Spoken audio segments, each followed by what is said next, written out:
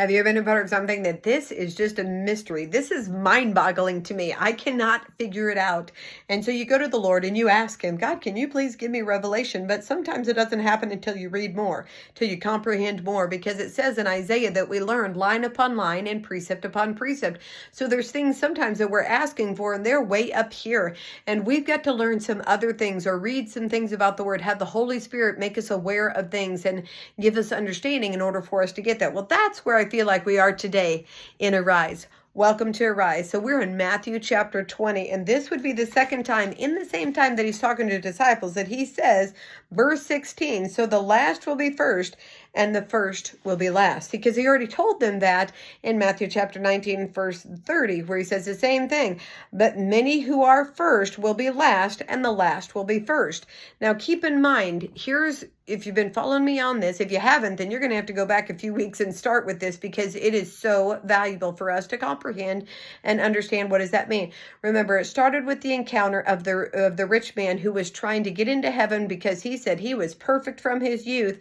And then Jesus refers to, that it's not about perfection. It's about, will you leave that and will you follow me? And so he maybe had the most money out there. It says he was very rich in possessions, but he needed to understand that it wasn't going to be about his money that was going to give him a place in heaven. Then he talks to his disciples, and the disciples are, what about us? And Jesus says, well, I'm going to give you, each are going to have thrones in heaven. There'll be 12 thrones that you're going to sit on. And the thing is the disciples would have been considered the least of the least. So now they are the least of the least. They're not Pharisees. They're not Sadducees. They're not of the Levite line. They are the tax collectors, the fishermen, the zealots, and they are just kind of the nobodies of society. But yet they are going to be considered the first. And then we have here in the parable, those who have worked all day. I've worked for you, Jesus. I've worked for you, Lord. And I look at all that I have done. And then there's some people that they have come and they are working maybe just 3 hours for the Lord, maybe just 1 hour of their, I'm saying toward the end of their life.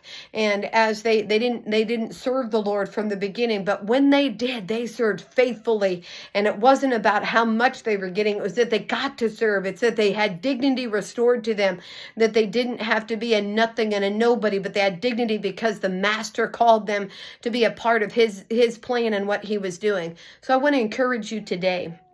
I'm not sure where you are, but if you feel like that the enemy has told you you're the least of the least and people keep using you as a doormat and walking all over you, I want you to be encouraged that what God has for you is that you are the first. You are going to be giving the blessing. You are going to be giving those blessings, and they're going to be a breakthrough in your life today.